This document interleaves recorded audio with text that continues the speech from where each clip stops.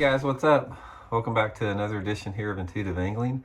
Really appreciate you guys making some time to watch the video. And today we are going to follow up on the video I did this morning as far as when I released the poll numbers saying that 86% of the respondents wanted to ban Livescope from tournaments. And I'm sort of going to give you guys an overview of some of the reaction I've been getting to that particular poll. I think you guys might find it interesting. Real quick here, I just want to invite everybody, please, if you haven't had a chance to check out our new View Product Shopping tab that we have on the screen when you click on the video. Just 30 products on there that you might be interested in checking out. And just by clicking on those products, a good way to help the channel. Much appreciated. Okay, guys, here was the deal here. We had the poll. I posted it yesterday and checked it. So it had been up about 10 hours and we got over 700 comments or 700 comments. I asked everybody to drop a comment if you were for or against banning Livescope in tournaments. 86% of the respondents came back. They said they wanted Livescope banned. 14% came back and said they wanted it kept legal. And I've had some people on there saying, you can't do that, Randy. The poll's skewed and you've only sampled 700 people. Guys, when they do national polling, most of the time when they're polling a segment or a demographic area, they use 1,000 people as a sample. 1,000 people as a sample is usually a good representation of the overall population.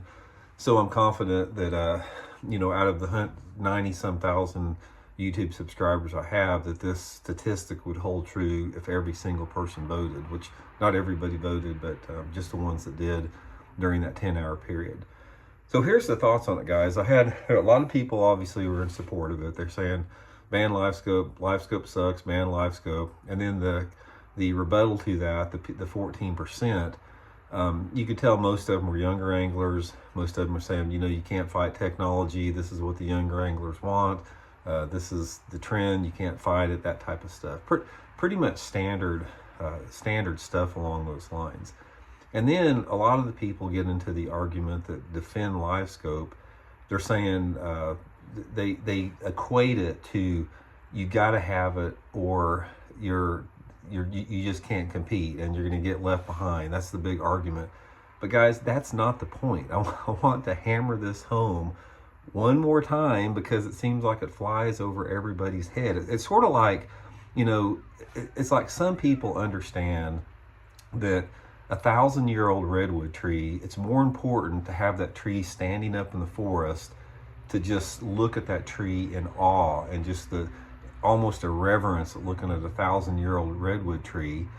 Most people can understand that, and yet there's a segment of the population, like a multi-millionaire, that'll say, man, I want to cut that sumbitch down and make a coffee table out of it. So some people just don't understand or they don't get it when you're talking about preserving the tradition and the purity of the sport, which I'm stressing. Yeah, there's no doubt that forward-facing sonar will allow you to catch more bass, but so will throwing a stick of dynamite in the water. That's not the point of it.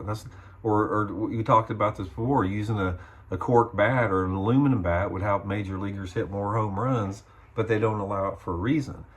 So from that standpoint, please understand that the debate on this Livescope is not the fact that it's going to help you catch more fish. That's not it at all. That doesn't make any difference. So here's the deal about it. Guys, this entire Livescope argument that we're having, the only reason we're having this argument is because of money. Now let me give you an example and sort of, a dose of reality, because one of my favorite quotes is, you can deny reality, but you can't escape it. I'll use that a lot on the channel because it's so true. A lot of people deny reality, but they can't escape it. Let's say, for example, I won one of those big Mega Million lotteries, and I won one got up to $1 billion. So I win $1 billion. Guys, if I went to Bassmaster, or the Bassmaster Elite Series, and I went to MLF, and I said, okay, guys, here's the deal. I just won $1 billion in this lottery, and I want my channel, my Intuitive Angling YouTube channel, to be a sponsor of Bassmaster and MLF. I'm going to pay you guys $25 million a year each. We're going to sign a 10-year contract, $25 million a year, but the stipulation for me sponsoring you with that money is that the only electronics that your pros can have on the boat are flashers. They're allowed one flasher on the console. They're allowed one flasher up front. No GPS. They got to run compasses, just like we did back in the old days. You know what would happen, guys? All those flat-worming live scopers that are winning every tournament out there, next year they would have one flasher on their console and one flasher up front and a compass on their boat. I guarantee it. You wouldn't have any live scope out there. You wouldn't have nothing except a flasher and a compass. That's the reality of the situation here, and that's why you see live scope and forward-facing sonar not being banned in some tournaments. They are banned in some of the muskie tournaments. They're not banned simply because of the money, that's the sponsorship end of it out there. So from that standpoint, let's look at it from a realistic point of view, which that is. But anyway, I think, guys, without a doubt, you know, there's been a lot of people saying here that the poll's skewed, and Randy, all you guys, all your subscribers are just, you know, old farts, that type of stuff. Guys, that's not true, man. There's subscribers. I got from 20 different countries. I got young people. My demographics are 17 to 80 and everything in between. There's a lot of people on there that are pro technology. But in this particular poll, when it came down to it, 86% of the respondents wanted live scope banned from tournaments. 14% were adamant about keeping live scope in tournaments. I'm confident if Bassmaster conducted a poll, or MLF, or their membership, I think that you would see similar statistics. I think it would probably be it'd probably be more like 70-30 and that type of stuff. But guys, I just talked to too many people. All the guys I take out on my on the water lessons, you know, the co-anglers I fish with, the recreational weekend guys I fish with around here, my buddies, very few of them want live scope legal in tournaments. It's sort of like the A-rig type of a deal. The A-rig, the reason it's illegal in tournaments is the majority of the people didn't want A-rigs in tournaments, but A-rigs did not pump a bunch of money into the tournament organization, so they got you know, kicked out because the anglers didn't want them for the most part. So anyway, that's the poll, guys. Again, appreciate everybody that participated in that. Appreciate everybody that